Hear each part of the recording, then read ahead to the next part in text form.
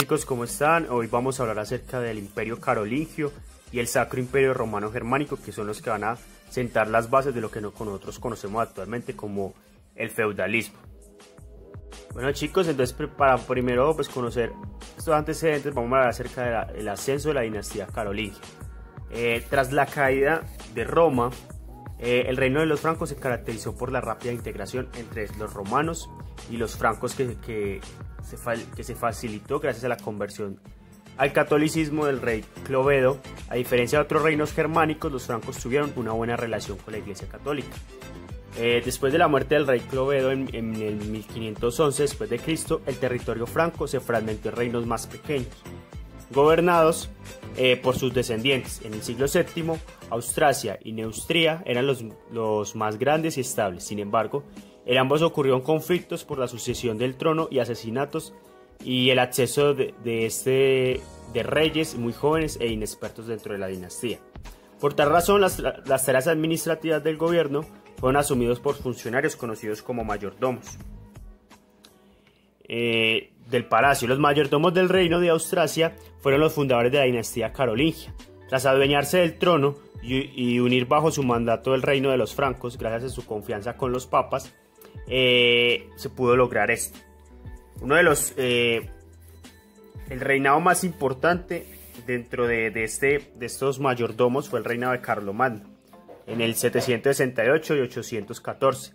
Fue el más importante de esta dinastía, debido a que consiguió expandir su poderío por gran parte del territorio de las actuales Alemania y Austria. Tras haber sometido a los sajones y a los ávaros, después ocupó la península itálica y derrotó a los lombardos con el beneplácito del Papa, lo que sirvió para ser coronado como el emperador en el año 800. Bueno chicos, en este orden de ideas, las bases del poder carolingio se fundaron en tres grandes aspectos, ¿sí? El primero de estos fue el prestigio militar. El rey contaba con la lealtad personal de su séquito, un grupo de guerreros que lo seguían a sus campañas en cumplimiento de las obligaciones del vínculo vasallático, que estableció mediante juramento de fidelidad personal a cambio de recibir un beneficio que al principio fue de carácter personal, pero con el tiempo se volvió hereditario. Estos guerreros contaban con sus propias tropas que llevaban a los campos de batalla cuando el rey lo requería. También otro principio fue la alianza con el Papa. Los carolingios se valieron de sus fuertes vínculos con la Iglesia católica para hacerse con el poder y mantenerse en él. Los papas les quitaban su respaldo a los merovingios y autorizaron la consagración real de los carolingios, lo que sirvió para darle legitimidad a su dinastía. A su vez, los carolingios respaldaron militarmente la autoridad de los papas en Italia, cuando ésta era amenazada por los lombardos. Este respaldo militar también fue útil a la Iglesia para liberar de sus lazos a los emperadores bizantinos y debilitar la influencia que estos tenían en los asuntos religiosos. Gracias a la coronación de Carlomagno y la derrota de los lombardos, los papas expandieron sus dominios en esta época. Se divulgó un documento falso conocido como la Donación de Constantino, en el que supuestamente este emperador les había otorgado a los papas autoridad sobre parte de la península itálica.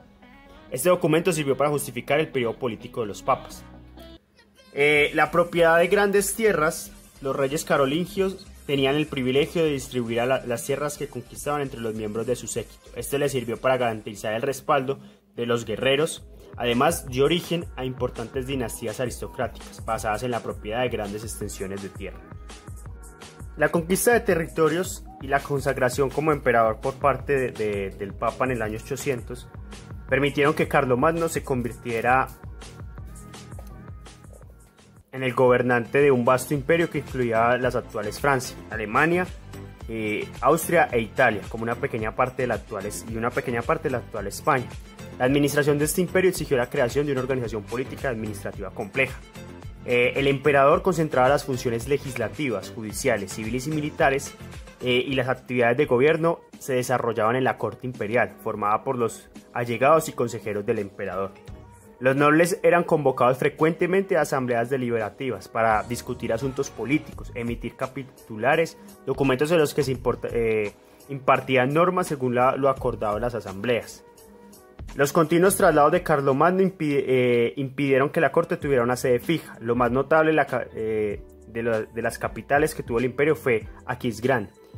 El territorio imperial fue dividido en condados, gobernados por condes, marcas, o a cargo de los marqueses y ducados, gobernados por duques. Todos ellos asumían la defensa del territorio. La administración imperial contaba con el funcionamiento de conocidos como missi dominici, enviados del emperador, que inspeccionaban a condes, marqueses y duques, y también actuaban como delegados del emperador en asuntos importantes. La economía del imperio era rural, la extensión de los suelos cultivados era reducida, la agricultura era la principal actividad económica y se desarrollaban latifundios y trabajos por siervos, quienes eran retenidos mediante modalidades de trabajo obligatorio. La actividad cultural fue intensa. Se fundó la Esculata Palatina de Aquisgrán, en la que los sacerdotes con Pedro de Pisa, Alsunio de Yori y Pablo de Diacondo preservaban y divulgaban la escultura griega y romana, y los estudios se dividían en dos grupos: la disciplina del trivium, gramática, retórica y dialéctica, y el quadrivium, que era la aritmética, geometría y astronomía, y por último pues la parte de la música, ¿sí? Bueno, chicos, ya por último, terminando con el imperio carolingio, entramos en la época de la decadencia, ¿sí? El imperio carolingio se mantuvo unido durante el gobierno de Ludovico Pío en el 814 al 840 después de Cristo, y el hijo de Carlomagno, que era hijo de Carlomagno. Sin embargo, se fragmentó tras el reparto de sus territorios entre sus hijos en el año 843, como consecuencia del Tratado de Verdún. En las siguientes décadas, las luchas entre los reyes carolingios causaban una prolongada inestabilidad política. El emperador dejó de tener autoridad efectiva tras el año de 1924. Dejaron de coronarse nuevos emperadores. Además, el territorio imperial fue atacado por grupos como los vikingos, los magiares y los sarracenos al mismo tiempo. Los duques, marqueses y condes siguieron poseyendo sus títulos y convirtieron esos títulos en hereditarios, dando así origen a poderosos linajes nobiliarios que controlaban vastos territorios conocidos como los feudos. Bueno, chicos, la cristiandad europea. El surgimiento y la expansión del imperio carolingio en el Sacro Imperio Romano estuvieron asociados a la difusión del cristianismo en Europa y por ende la aparición de la cultura influida profundamente por el cristianismo. Esta cultura recibió el nombre de la cristiandad. La iglesia no solo cumplió una función religiosa, también desempeñó una función política. Por ejemplo, muchos obispos se convirtieron en la principal autoridad de los territorios bajo su manto. Además, los sacerdotes difundieron el catolicismo entre las tribus germánicas y lograron la conversión de sus reyes, lo que coaccionó a los súbditos alrededor de su misma fe y fortaleció los vínculos entre los reyes y la iglesia. Además, los sacerdotes contribuyeron a la creación de códigos legales. La iglesia también proporcionó la justificación del mandato de los reyes mediante el acto de la consagración, con el que los obispos ungían a los nuevos reyes. En consecuencia, se consideran que los gobernantes eran personas sagradas. Después de esto se dio lo que se llama la querella de las investiduras. Con la dinastía de los Salios, en el año 1024 al 1125, quienes eran duques de Franconia sustituyeron a los otonidas. Bajo su mandato comenzó una disputa entre los emperadores y los papas, conocida como una querella de las investiduras, con lo que se puso fin a la supremacía política ejercida en el imperio y a la subordinación de la iglesia a los intereses imperiales. Además, el imperio perdió el dominio que ejercía sobre la península itálica, donde surgieron diferentes ciudades-estado. A partir de 1073, la iglesia exigió el fin de las prerrogativas que venía ejerciendo el emperador, como nombrar obispos y disponer de los bienes de la iglesia. Los papas declararon que su poder era superior al de los emperadores y en consecuencia estaban autorizados para deponerlo. Esta disputa se profundizó bajo la dinastía de Hohenstaufen, formada por los duques de Suabia, ya que se organizaron los bandos de güelfos, partidarios del Papa, y de los duques de Baviera, y los gibelinos, partidarios de los emperadores. La mayor parte de las ciudades italianas apoyaron a los papas, gracias a lo cual independieron y tomaron sus propios gobiernos, denominadas comunas. La disputa fue zanjada en el Concilio de Lyon en el 1245 con la victoria de las pretensiones papales y la distribución excomunial del imperio de Federico II. Bueno chicos, tras el reino más extenso y próspero y estable que surgió tras la división del imperio carolingio fue la Francia oriental, que ocupaba el actual territorio de Alemania, Austria y Eslovenia. Ya vemos en el mapa. Habitado principalmente por los descendientes de las tribus germánicas, que ya lo vimos en un video anterior, razón por la cual se llamaba Germania. Además, se subdividían los ducados de Sajonia, Suevia y Baviera. Los vemos acá en el mapa. Franconia y Lorena, obviamente. Este reino fue la base de un nuevo imperio. En el año 962, el rey de Francia Oriental, Otto I, fue proclamado emperador después de conquistar el reino de Italia y de poner al soberano, y así restableció el uso del título y fundó el Sacro Imperio Romano Germánico. ¿Sí? El nuevo imperio aspiraba a la restauración de la cristiandad y que era amenazada seriamente por la incursión de vikingos y magiares y sarracenos, así como el imponer su supremacía sobre los territorios paganos de la Europa central y oriental.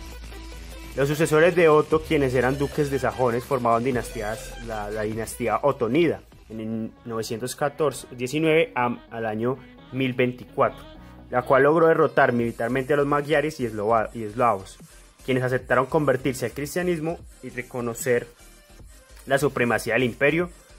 Sus líderes fundaron los reinos de Hungría, Bohemia y Polonia. Los emperadores asumieron la potestad de nombrar obispos e incluso se requería su beneplácito para designar a los papas. Algunos obispos, como los de Mangucia, Colonia y Travi, se convirtieron en gobernantes de importantes feudos, lo que lograron los que fueron conocidos como príncipes obispos. Bueno, dentro de este periodo de la cristiandad europea también aparecen los monasterios en la Edad Media. Después del siglo V, la vida monástica experimentó un auge en Europa. En lugares como Irlanda desempeñaron un papel fundamental en la organización social. La conversión al cristianismo de Irlanda, Gales y Cornualles en el siglo V fue encabezada por San Patricio y sirvió como punto de partida para la evangelización de la actual Alemania en los siglos VIII. En los monasterios irlandeses también se preservaban y comentaban los textos de filósofos de la antigüedad, razón por la cual se convirtieron en los principales centros intelectuales de Europa occidental. Los monjes dedicados hasta la hora eran conocidos como copistas.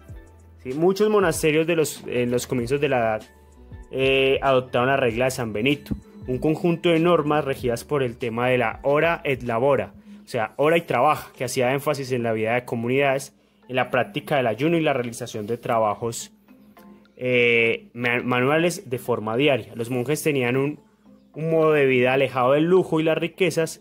La abadía de Montequesino fue fundada por San Benito e inspiró a los monasterios que se fundaron posteriormente en Europa, dando origen a la orden benedictina.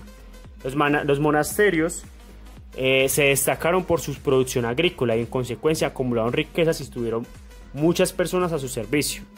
Por consiguiente, su importancia social y económica creció a pasos agigantados. Por otra parte, los monasterios funcionaron como lugares de acogida para peregrinos enfermos y además fueron importantes centros educativos. Allí se desarrollaron o perfeccionaron saberes técnicos, conocimientos científicos. Incluso algunos monjes como Pedro el Venerable y San Bernardo de Claravel se destacaron como intelectuales. A partir del siglo IX surgieron nuevas órdenes monásticas, también regidas por la regla de San Benito, como la cluniacense y la cisterciense. Estas órdenes fundaron numerosos monasterios en toda Europa, con base en las donaciones de terrenos y recursos dados por los nobles.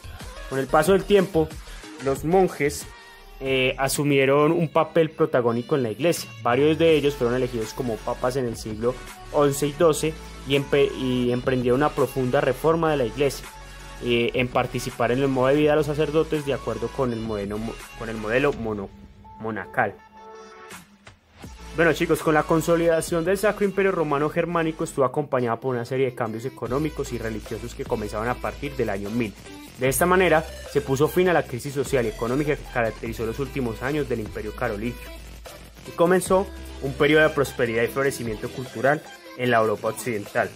Los cambios económicos más importantes ocurrieron en el campo, donde la producción creció gracias al uso de nuevas máquinas y herramientas como los molinos de agua, el arado de ruedas con vertedera y la reja asimétrica jalado por caballos y los instrumentos para la avanza en hierro.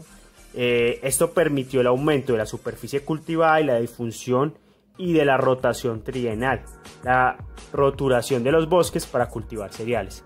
Como consecuencia de este proceso hubo un incremento en la población. Se fundaron nuevos poblados en torno a las iglesias y a los castillos. Se sustituyeron los monasterios como ejes de vida rural. Por este motivo surgió una red de ciudades que se convirtieron en centros económicos y políticos y culturales, gracias al comercio de la larga y media distancia en la circulación monetaria.